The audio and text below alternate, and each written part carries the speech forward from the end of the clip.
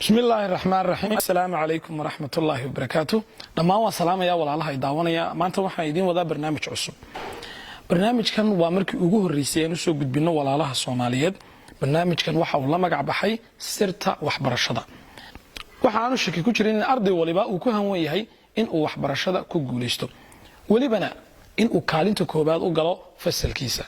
barnaamijkeenan waxyaabaha aynu ka baran doono waxa kamid ah wadada cilmiga ee loo maro kaalinta koobaad qaabkaad ugu gali lahayd fasalkaaga ama klaaskaaga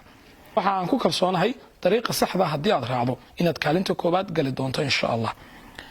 waxyaabaha kale barnaamijkan aan ku soo bandhigi doono waxa kamid ah wadada ugu fudud ee wax loo xafido iyo sida cashirkii aad xafiday aanad mar dambe aanad u iloobi doonin ee uu maskaxdaada ugu jiri doono in badan waxyaabaha kale barnaamijkeenan aynu ka baran doono waxa kamid ah qaabka la iskugu diyaariyo imtixaanaadka iyo walibana qaabka loo daweeyo xaaladda caanka ee ka hortimaada arday waliba oo imtixaan galaya oo loo yaqaano exam stresska ama walwalka uu keeno imtixaanku waxa aan shaki ku jirin in ardayda qaarkood marka ay maqlaan kalimadda imtixaan uu qalbigooda ku soo dago walwal iyo walbahaar aad iyo aad u fara badan waxaynu barnaamijkeenan ku baran doonaa qaabka xaaladda looga hortago loona daaweyn karo waxyaabaha kale barnaamijkeenan aynu ku baran doono waxa kamid ah qaabka uu ardaygu u nidaamsan lahaa ama u habaysan lahaa waqtigiisa laga yaabaa in fara badan inaad barnaamijyo badan daawatay ama buugaag fara badan aad ka akhriday qaabka waqtiga loo nidaamiyo hase ahaatee markii aad istiri adigu aad waqtigaagii nidaamsatid ama aad jadwal qoratid aanad ku dhaqmin jadwalkii aad qoratay ama waxa dhici karta inuu qofku ku dhaqmay maalin ama laba maalimood kadibna uu ka caajisay maanta waxa la ogaaday waxyaabaha ardayga ka hor istaagi kara in jadwalkii uu qortay uu ku dhaqmi waayo barnaamijkeenan waxa aan kula wadaagi doonaa qaabka aad waqtigaaga u nidaamsan lahayd ardayahow kadibna aad ugu dhaqmi lahayd jadwalkii aad dejisatay waxyaabaha kale barnaamijkeenan aynu ka baran doono waxa kamid ah sida uu ardaygu u wajihi lahaa caqabadaha kala duwan ee ka hor imanaya inta uu waxbarashada ku jiro caqabadahaas oo ay kamid yihiin caajiska faraha badan hurdada badan waxa akhris la'aanta iyo walwalka iyo walbahaarka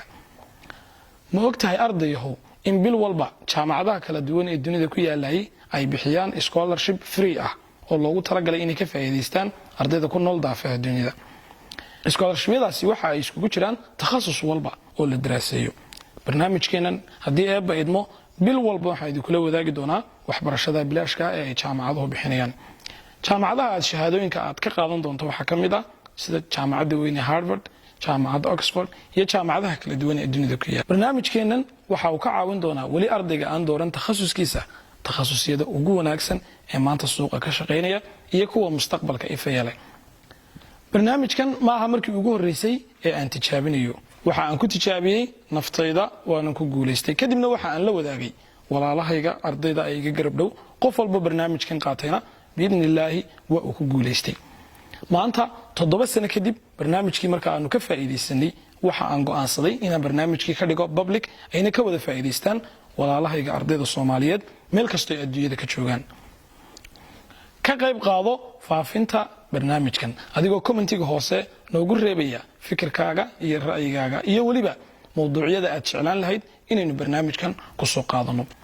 haddii aad baydmo barnaamijkan waxa aad daawan doontaan toddobaadkii maalinka Khamiista saacadda Afrikada bari marka ay tahay 2 duhurnimo waxaan rajaynayaa inuu noqdo barnaamijkii ugu faa'iidada badnaa ee aad la kulanto sanadkan ka faa'iideysi wacan